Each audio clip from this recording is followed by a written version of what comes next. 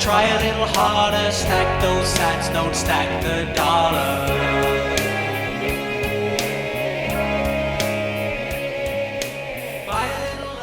Right then, in this video I'm going to talk about something that people ask me on every video really. They ask, where do you buy your Bitcoin from? How do you store it? Now, I'll start at the beginning. When I first bought Bitcoin, I used Coinbase. Like most people in the UK, it's the main exchange, it's the biggest one. So naturally you just buy from Coinbase. And I had I had a bad experience with Coinbase really. In fact, I hate Coinbase. Basically, the first bit of Bitcoin I bought, I tried to then withdraw it off the exchange and put it into a hardware wallet. And they didn't let me withdraw my coins until I validated the wallet that I was sending it to. And how I validated the wallet was by sending Coinbase Bitcoin from that wallet. But it was the first bit of Bitcoin I'd ever bought, so I didn't have any Bitcoin to send. So it just turned into a whole headache and a whole palaver really. And I was pretty frustrated with them. I was just thinking, just send me my coins that I've bought.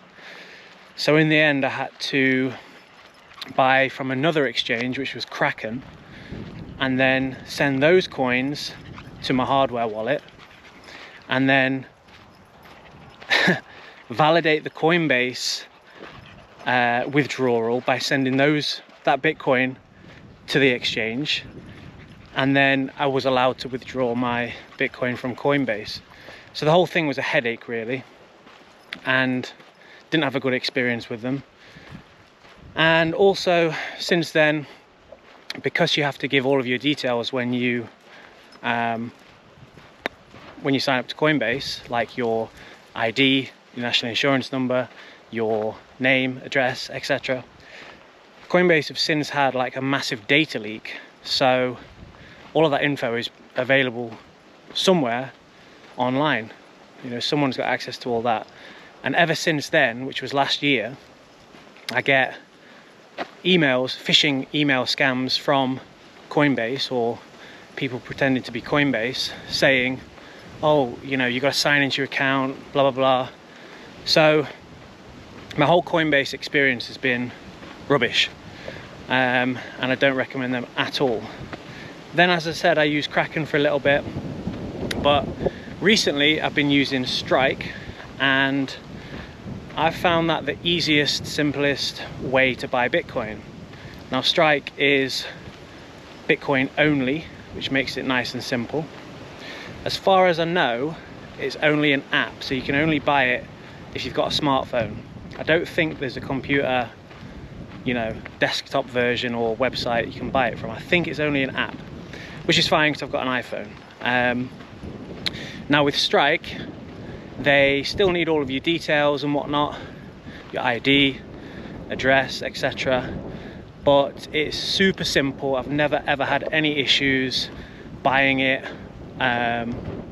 withdrawing it, or anything like that. So up until this point, I'm using Strike, and it's been fine. I've had no issues with it whatsoever. From what I've heard as well, the fees are the lowest compared to the rest of the exchanges like that. And also, if you set up a DCA, so basically like a weekly, or you could do monthly, you can do daily recurring purchase from like a standing order from your bank to Strike, then there's no fees at all. So, you know, if you're looking to just put a bit in each week, bit in each month, zero fees. And as far as I know as well, there's no other exchange that offers that. So for me, Strike is the best for me. Also, if you wanted to withdraw your coins from Strike, there is an option where if you don't mind waiting up to 24 hours, there's no fees either.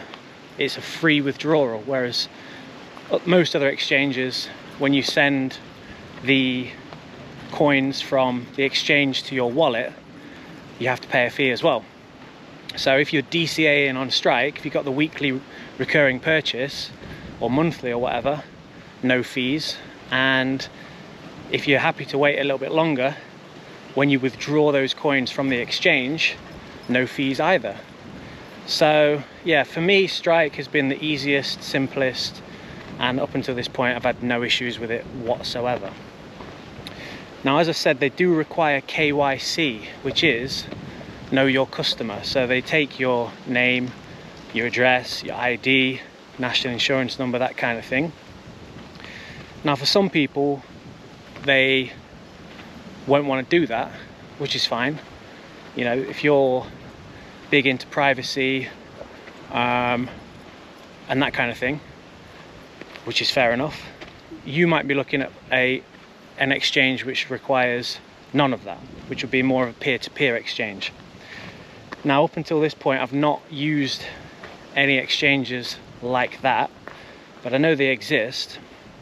You can use exchanges like BISC, which is BISQ, or RoboSats, or Hodl Hodl is another one.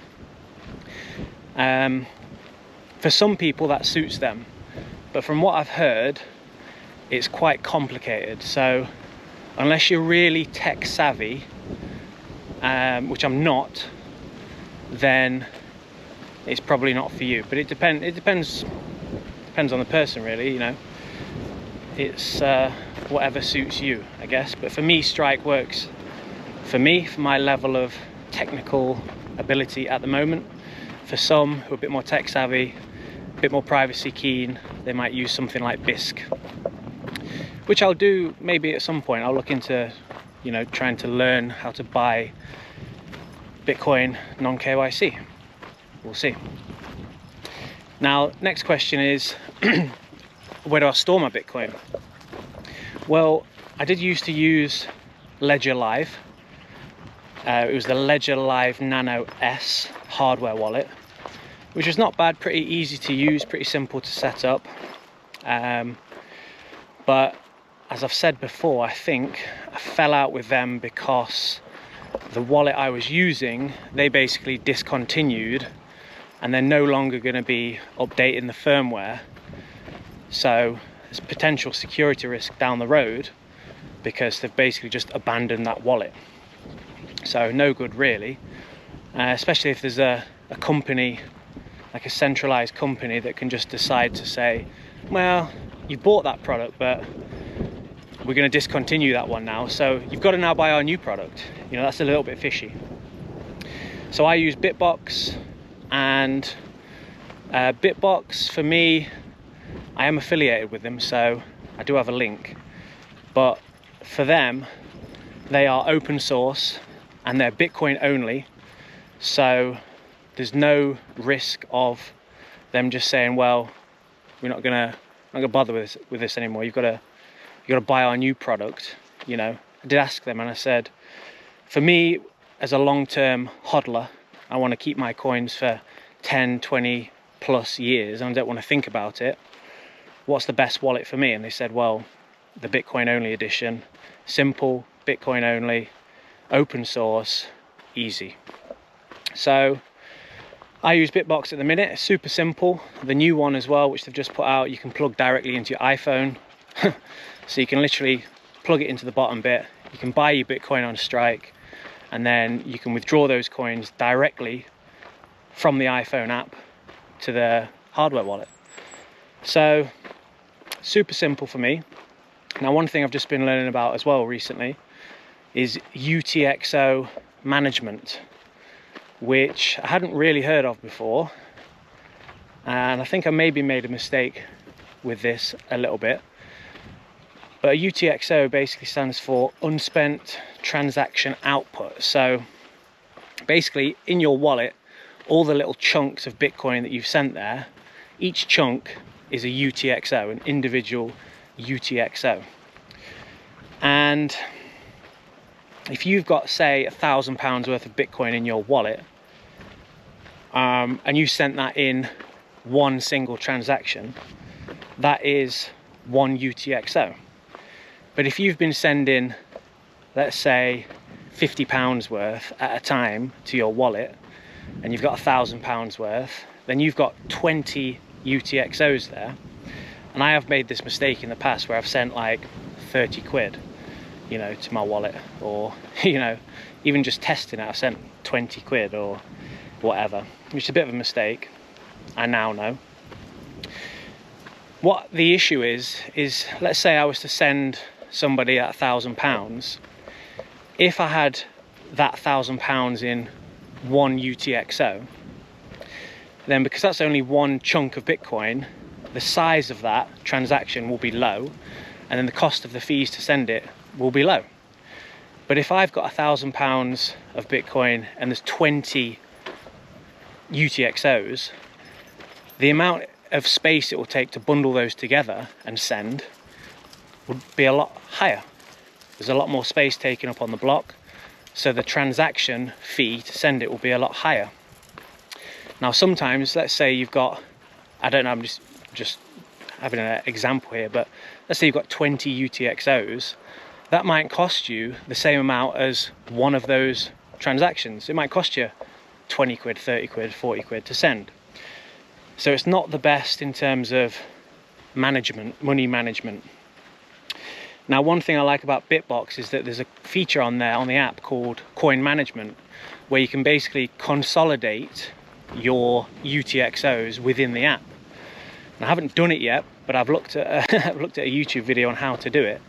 And basically you can bundle them together and you can effectively send them to yourself when the fees are cheap. So say you've got 20 UTXOs on there, you can make a transaction to yourself to bundle it all together into one UTXO. Or you can also have a look at the various different UTXOs and you can decide which one to send. So for me, that feature is advantageous for someone that's only just learning about Bitcoin. Because I guess if you're just learning and you're just starting out, you're not going to have massive amounts, thousands and thousands of pounds worth at once. You might be sending little bits, you might be sending little testers to your wallet just to see if it works, that kind of thing. So yeah, I think that's probably about it. I buy my Bitcoin from Strike because it's easy, it's cheap. I use Bitbox because it's easy and open source, safe, and that's that. And there we go. Now, I'm not affiliated with Strike, so I don't get anything for saying that. I just enjoy it. But I am affiliated with Bitbox, so if you did want to have a look into them and buy one, you can use the link in the description. You get 5% off. Oh, also, I've got a hat. There we go. Now I got 2 of these made, so I've got a spare one. So if anybody wants a hat, just drop a comment and I'll just pick my favourite comment and I'll send you the hat. And there we go. I don't think there's anything else left to cover. I'll call it a day. If you've got any better options than either of those two, let me know. Drop a comment. We'll have a look. See you later. Buy a little lower, try a little harder, stack those sats, don't stack the dollar.